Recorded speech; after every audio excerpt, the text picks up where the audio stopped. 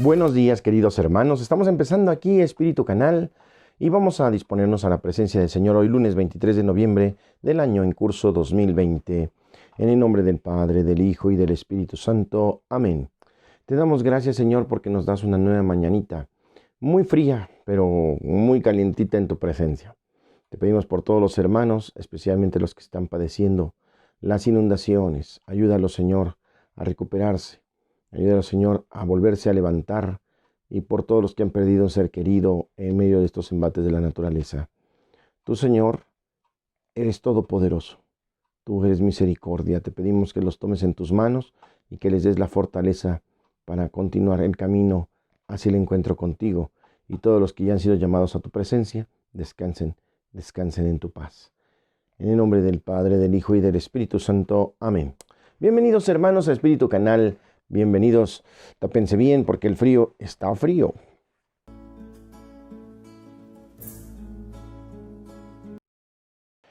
Lectura del Santo Evangelio según San Lucas, capítulo 21, versos del 1 al 4.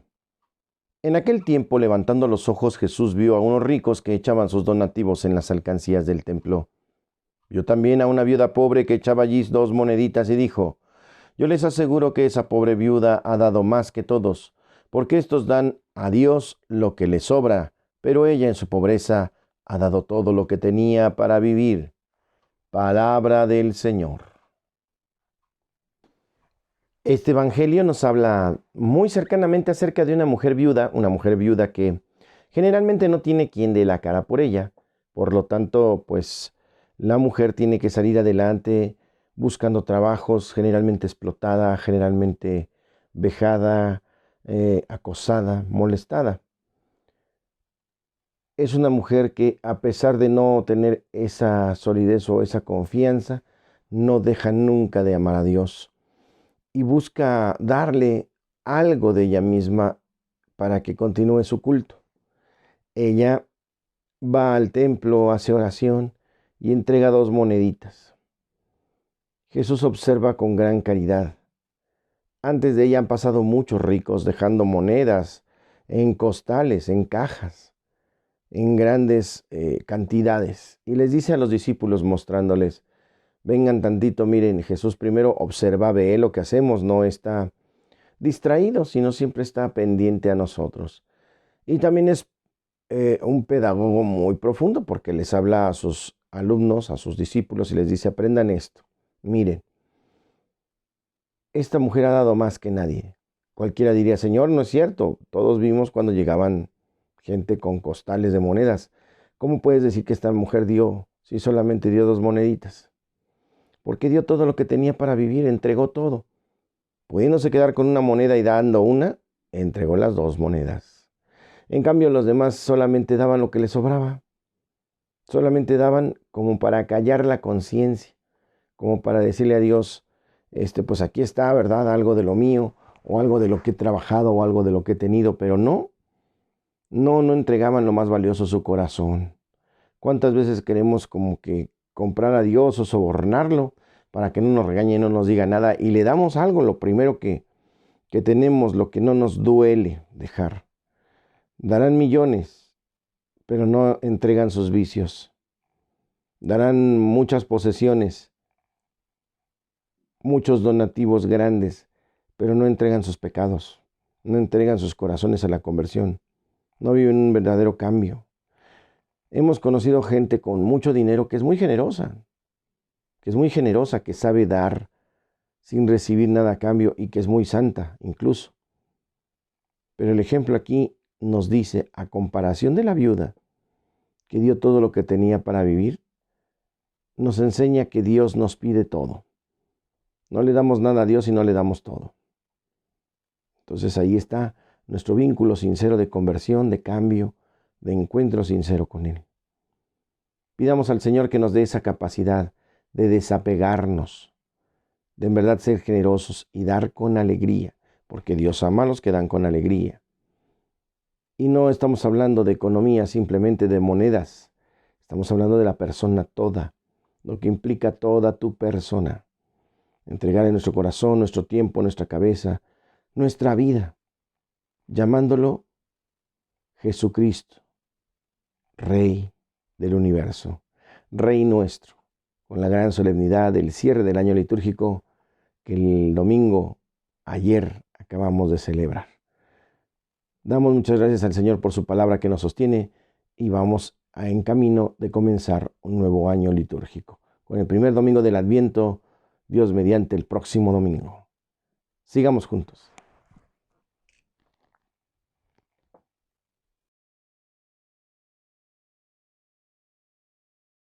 Y para el tema del día de hoy, buscar la sencillez en la oración. Una consecuencia de todo lo anterior es la siguiente. Durante la oración debemos estar pendientes de no mariposear, dirían en mi casa no pajarear, de no multiplicar los pensamientos y las consideraciones en las que cabría más la búsqueda de arrebatos que la de una conversión real del corazón. ¿De qué me sirve tener pensamientos elevados y variados sobre los misterios de la fe? Cambiar constantemente de temas de meditación, repasando todas las verdades de la teología, todos los pasajes de la Sagrada Escritura, si no salgo más resuelto a entregarme a Dios y a renunciar a mí mismo por amor a Él. Una cuestión verdaderamente práctica, aplicable, ¿verdad? La realidad que me lleve a una verdadera conversión. En fin, amar, dice Santa Teresa del Niño Jesús, es darlo todo y darse uno mismo, como dice en el Evangelio del día de hoy. Si mi oración diaria consistiera en una única idea sobre la que volviera incansablemente, la de estimular a mi corazón a entregarse plenamente al Señor e insistir sin cesar en el propósito de servirle y entregarme a Él, esta oración sería más pobre pero mucho mejor. Continuando sobre esta primacía del amor, recordemos un hecho de la vida de la Santa Teresa de Lisieux. Poco antes de su muerte, Teresa está en cama, ya muy enferma. Una hermana, Sor Agnes, entra en su habitación. ¿Y qué sucede? Le pregunta, ¿en qué piensa? No pienso en nada, contesta. No puedo, sufro demasiado, más bien rezo. ¿Y qué le dice a Jesús? Teresa le responde, no le digo nada, le amo. Esta es la oración más pobre, pero la más profunda. Un simple acto de amor por encima de cualquier palabra, de todo pensamiento. Hemos de tender a esta sencillez. En definitiva, nuestra oración no debía ser más que eso, sin palabras, sin pensamientos, sin una serie de actos particulares y distintos, sino un único y sencillo acto de amor. Necesitamos mucho tiempo y un profundo trabajo de la gracia para llegar a esta sencillez. Nosotros, a los que el pecado nos ha acechado y nos hace tan complicados, tan dispersos, al menos recordemos esto. El valor de la oración no se mide por la abundancia y variedad de las cosas que se hacen. Al contrario, cuanto más se acerca un simple acto de amor, mayor valor tiene. Y cuanto más avanzamos en la vida interior, más simplifica nuestra oración. Volveremos sobre ello al hablar de la evolución de la vida de oración. Mientras tanto, vamos a concluir este apartado. Querríamos prevenir sobre un tipo de tentación que puede presentarse. Es posible que durante la oración se nos ocurran hermosos y profundos pensamientos, ciertas luces sobre el misterio de Dios o unas perspectivas alentadoras en relación con nuestra vida. Esta clase de luces o pensamientos, que pueden llegar a parecernos geniales, suelen ser una trampa y debemos estar en guardia. Por supuesto que en algunas ocasiones Dios nos comunica luces e inspiraciones durante la oración. Pero es preciso saber que algunos pensamientos que surgen en nosotros pueden ser tentaciones al detenernos en ellos y nos apartamos, de hecho, de una presencia en Dios más pobre, pero más auténtica. Estos pensamientos nos arrastran, en ocasiones nos exaltan, terminamos por cultivarlos y quizá por estar más atentos a ellos que al mismo Dios. Al acabar el rato de oración nos damos cuenta de que todo era vano y que no queda gran cosa. Hermanos, esto en el tema del día de hoy. Vamos a orar.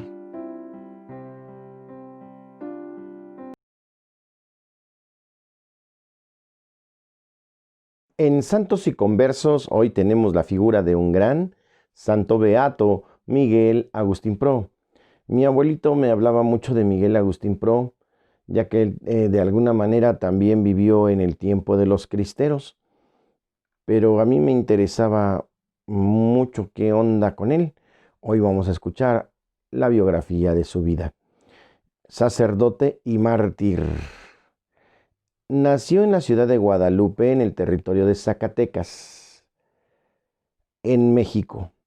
El beato Miguel Agustín Pro, presbítero de la Orden de la Compañía de Jesús y mártir, quien en la cruel persecución contra la Iglesia como si fuera un fascineroso, fue condenado sin juicio a la pena capital, y así alcanzó el martirio que tan ardientemente deseaba en 1927.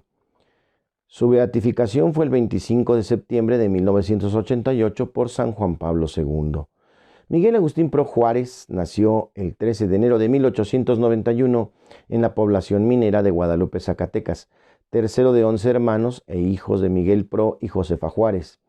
El 19 de agosto de 1911 ingresa al noviciado de la Compañía de Jesús en El Llano, Michoacán. Luego de unos ejercicios hechos con jesuitas y de haber madurado lentamente la decisión, ya la familia había dado antes 2 vocaciones religiosas en la persona de 2 hermanas mayores de Miguel, 2 hermanas religiosas dentro de la misma familia. Luego del noviciado continúa sus estudios en Los Gatos, California, obligados los jesuitas a abandonar los llanos a causa de la presencia de fuerzas carrancistas.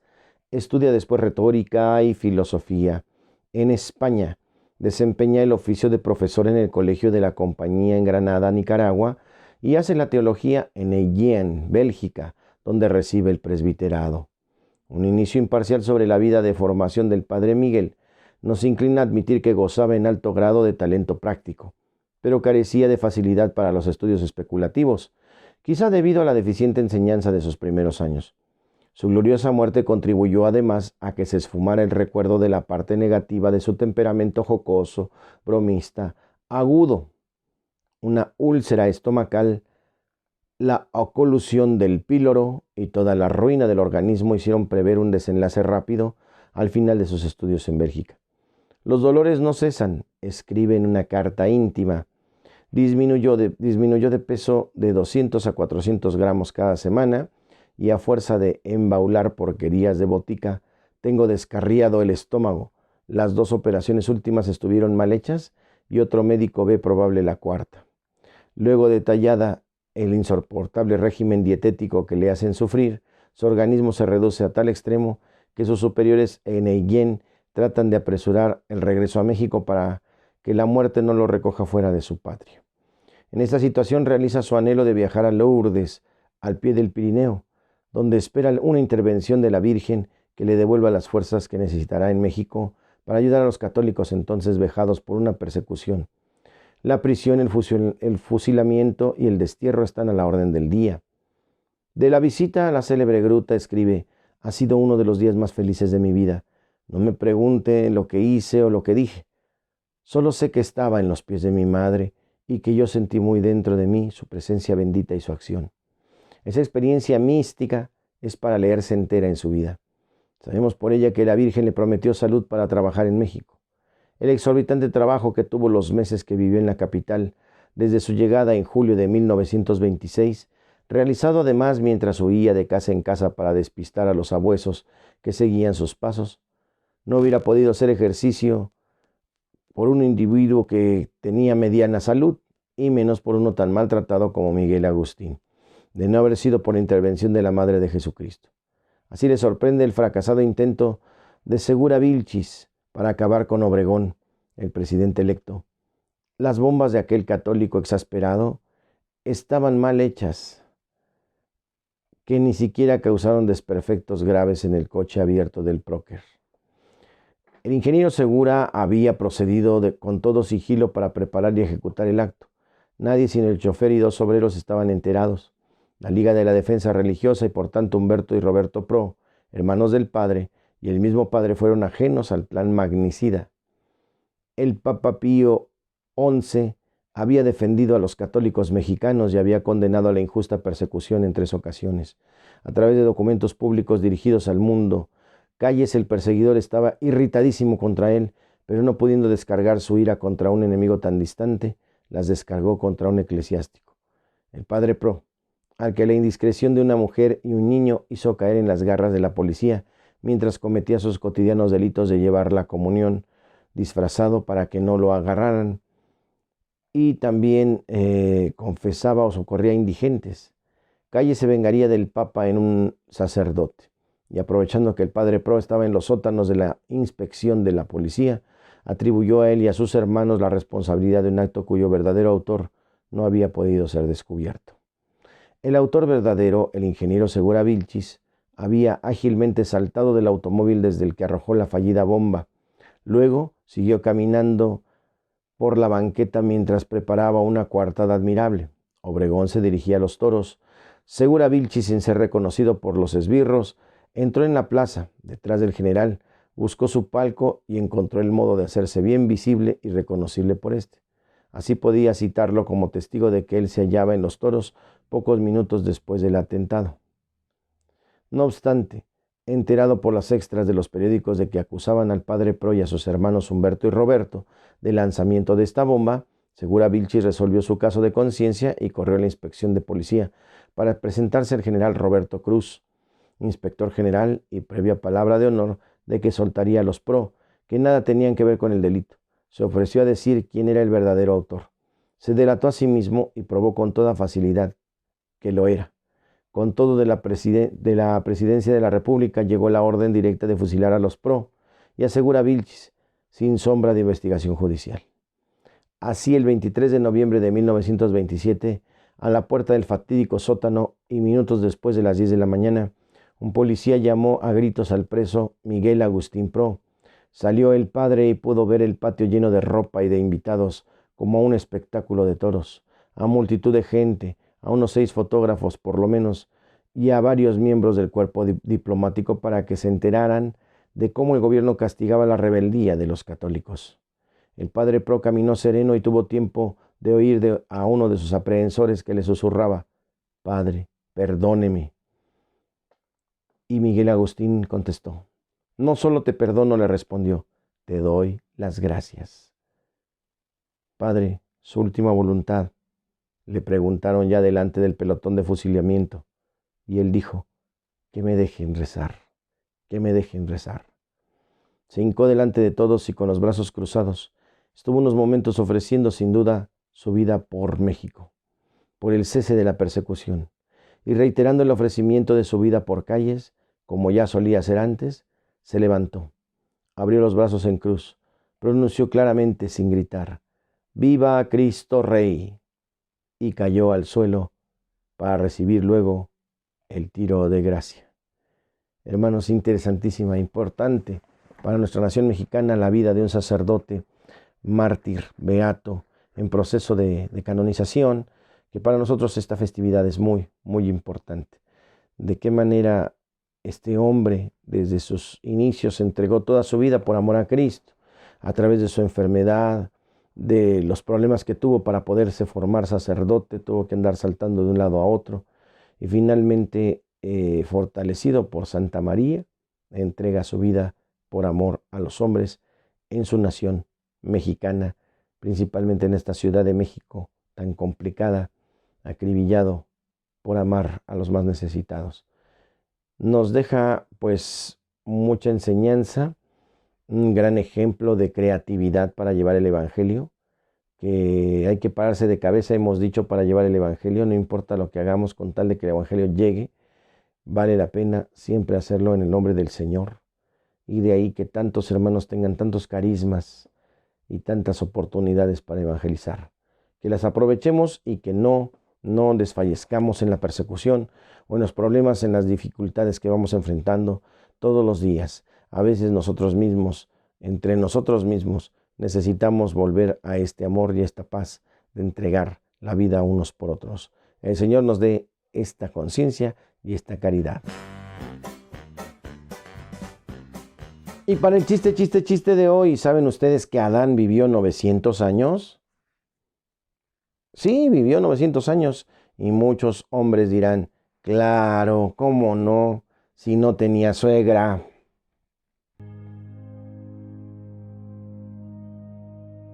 Ya llegamos a la apologética, curiosidades de la Iglesia Católica.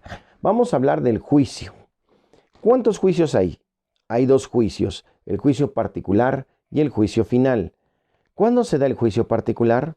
El juicio particular se da en el momento de la muerte, cuando cada uno es juzgado según sus obras para ir a gozar con Dios en el paraíso o sufrir lejos de él en el infierno. Lucas 23:43 dice, respondió Jesús, realmente te digo que hoy mismo estarás conmigo en el paraíso cuando aquel buen ladrón se robó hasta el reino. O en la 2 Corintios 5:8 donde dice, nos gustaría salir de ese cuerpo para ir a vivir junto al Señor. Pues bien, murió el pobre y fue llevado por los ángeles hacia el cielo cerca de Abraham. Murió también el rico y lo sepultaron. Estando en el infierno en medio de tormentos, el rico levanta la voz y ve de lejos a Abraham y a Lázaro cerca de él. Lucas 16:22-23. ¿Cuánto tendrá el juicio final? ¿Cuándo tendrá lugar el juicio final? El juicio final tendrá lugar después de que todos hayan resucitado. Habrá una resurrección tanto de justos como de pecadores. Hechos 24:15. Sepan que llega la hora en que todos los que están en los sepulcros oirán mi voz. Los que hicieron el bien saldrán y resucitarán para la vida, pero los que obraron el mal resucitarán para la condenación eterna. Juan 5:28-29. Estos irán al suplicio eterno y los buenos a la vida eterna. Mateo 25:46. ¿Quién será el juez? Jesucristo nuestro Señor será el juez. Cuando el Hijo del Hombre venga en su gloria rodeado de sus ángeles, se sentará en su trono como Rey glorioso. Delante de él se reunirán todas las naciones, y como el pastor separa las ovejas de los machos cabríos, así también lo hará. Él separará unos de otros, poniendo las ovejas a su derecha y los machos cabríos a su izquierda. Entonces el Rey dirá a los que están a la derecha, vengan benditos de mi Padre, tomen posesión del reino que está preparado para ustedes desde el principio del mundo. Al mismo tiempo dirá a los que están a la izquierda, malditos, aléjense de mí, vayan al fuego eterno que ha sido destinado para el diablo y para sus ángeles. Mateo 25:31-34 y también 41. Otro tema, vamos al tema de María, ¿les parece bien? Según la Biblia, ¿hay que respetar y honrar a María, la madre de Jesús, o hay que despreciarla como la desprecian? La usan solamente como un conducto, como quien presta, decía un cantante famoso, una santa burrada. Ay, Dios mío. Decía que María solo prestó su útero. Perdonen ustedes esas burradas. Vamos allá. Dice la palabra de Dios en Lucas 1:28, alégrate llena de gracia, el Señor está contigo. Y en Lucas 1:41-45, al oír Isabel su saludo, el niño dio saltos en su vientre. Isabel se llenó del Espíritu Santo y exclamó en voz alta, bendita eres entre todas las mujeres, y bendito el fruto de tu vientre. ¿Cómo he merecido yo que venga a mí la madre de mi Señor? Apenas llegó tu saludo a mis oídos, el niño saltó de alegría en mis entrañas. Dichosa por haber creído que de cualquier manera se cumplirán las promesas del Señor. Vean ustedes cómo se va hilvanando el Ave María, tomada de la misma palabra de Dios. ¿Por qué Jesús no le hizo caso a María en las bodas de Caná? Jesús respondió, mujer, ¿cómo se te ocurre? Todavía no ha llegado mi hora. Juan 2:4. Esta expresión no indica desprecio, sino familiaridad y confianza mutua. Complicidad de cariño, ¿verdad? ¿Quién le puede negar algo a su mamá cuando le dice, ándale, ¿qué te cuesta? Así le dijo María a Jesús. Incluso le sacó un milagro fuera de programa, ¿no? Jesús hizo caso a su madre y realizó el milagro. ¿Dónde la Biblia dice que María es nuestra intercesora?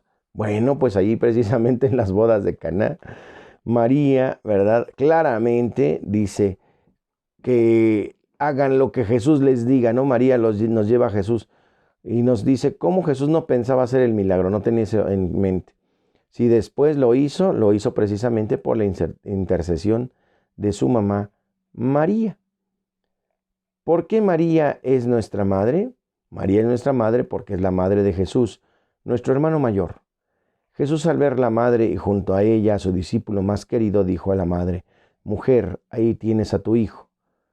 Después dijo al discípulo, ahí tienes a tu madre. Desde ese momento el discípulo se llevó a María a su casa. Juan 19:26-27. Abusados, ¿eh? Vamos al tema de la masonería. ¿La masonería es una secta protestante? No. la masonería no es una secta protestante. ¿Qué quiere decir masonería? La palabra masonería viene del francés maçon, que quiere decir albañil. En efecto, al principio la masonería era una especie de cofradía o hermandad de albañiles especializados en realizar las grandes construcciones, como las catedrales y los palacios de los reyes y los príncipes. Por eso usaban en sus ritos de iniciación la escuadra y el compás, y sus grados estaban de acuerdo con el mismo oficio de albañilería: aprendiz, compañero, maestro, etc. ¿Está permitido pertenecer a la masonería? No. La Iglesia no permite que un católico auténtico pertenezca a la masonería. ¿Y por qué se prohíbe pertenecer a la masonería? La Iglesia Católica prohíbe esta pertenencia por las siguientes 4 importantes razones. Número 1, se trata de una sociedad secreta, por lo tanto, representa un grave peligro para los individuos y la sociedad. 2, rechaza toda religión sobrenatural, revelación, Biblia, dogmas de fe, misterios y últimamente más bien abrazada a cosas satánicas. 3, se preocupa esencialmente por los intereses de sus miembros, colocándolos en puestos claves y corriendo el peligro así de cometer muchas injusticias. 4, se opone a la Iglesia y a todo tipo de organización que no acepte sus lineamientos. Ahí está el porqué los masones son vistos como gente peligrosa. Medicina, vamos al tema de la medicina. ¿Es cierto que está prohibido usar la medicina y que basta la oración para sanar? ¿Es cierto que no debe haber transfusión de sangre? No es cierto. En la Biblia no encontramos ninguna prohibición en contra del uso de la medicina. Eclesiástico 38, 1 al 15. Hijo mío, cuando estés enfermo no te sientas sin fuerzas, sino ruega al Señor y Él te sanará. Enseguida recurre al médico, porque a Él también lo creó Dios. No prescindas de Él, puesto que lo necesitas. Ahí está con claridad. Eclesiástico 38, 9 al 12. Aquí vemos claramente cómo en caso de enfermedad hay que acudir a la oración, pero también al médico. Y en el Nuevo Testamento presenta las siguientes enseñanzas al respecto. Cuando Jesús oyó esto, les dijo: no son los sanos los que necesitan al médico, sino los enfermos. Marcos 2:17. El que está enfermo, que llame a los presbíteros de la iglesia para que rueguen por él, ungiéndolo con aceite en nombre del Señor. La oración hecha con fe salvará al enfermo, el Señor lo levantará, y si ha cometido pecados, le serán perdonados. Santiago 5:14 al 15. Se le acercó, curó sus heridas con aceite y vino, y se las vendó. Después lo puso en el mismo animal que él montaba, lo condujo a un hotel y se encargó del cuidado. Lucas 10:34. El aceite y el vino eran los medios más usados en aquel tiempo. Jesús no los prohíbe, al contrario, quiere que usen el aceite como materia de un sacramento, la unción de los enfermos. Ahí está su fundamento. Si alguien piensa en curarse con una sola oración, está tentando a Dios al exigir continuamente un milagro.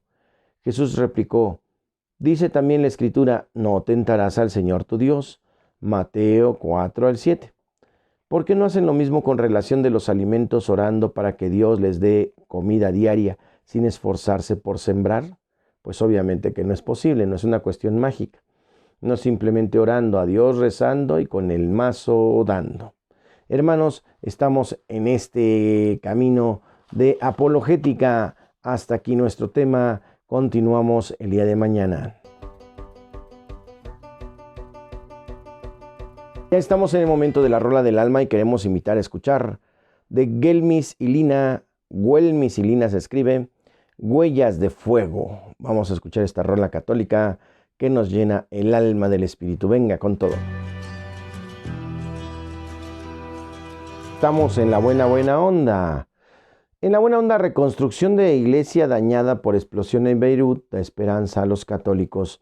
El padre Nicolás Riachi, párroco de la Iglesia del Salvador ubicada en Beirut, Líbano, dijo a la Fundación Pontificia: ayuda a la iglesia necesitada, que con la reconstrucción del templo católico permitirá que siga llevando esperanza cristiana a los habitantes en medio de la pobreza que dejó la explosión de Beirut hace más de 3 meses.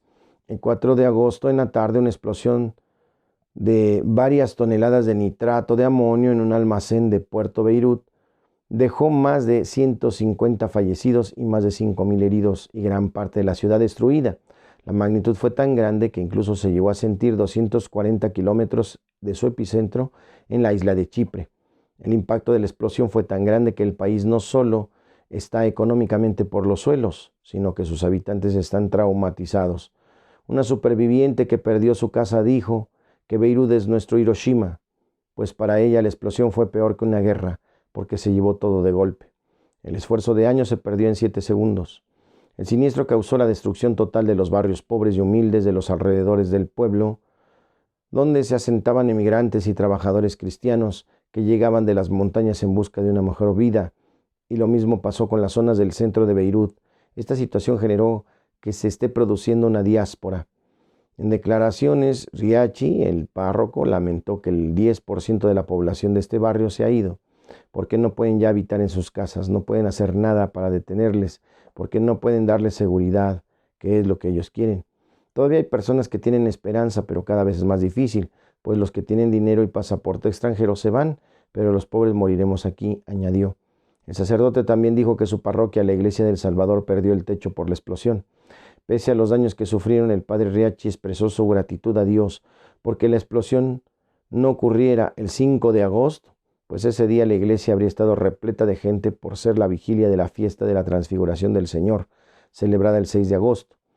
El templo greco-latino melquita, construido en 1890, tiene un gran valor histórico para Beirut, pues es uno de los más antiguos de la ciudad. Además está situado en un lugar simbólico, pues limita con barrios no cristianos como el musulmán. El sacerdote dijo que la iglesia se encuentra en trabajos de reconstrucción y que su presencia es fundamental para llevar esperanza a los cristianos que se queden en la ciudad.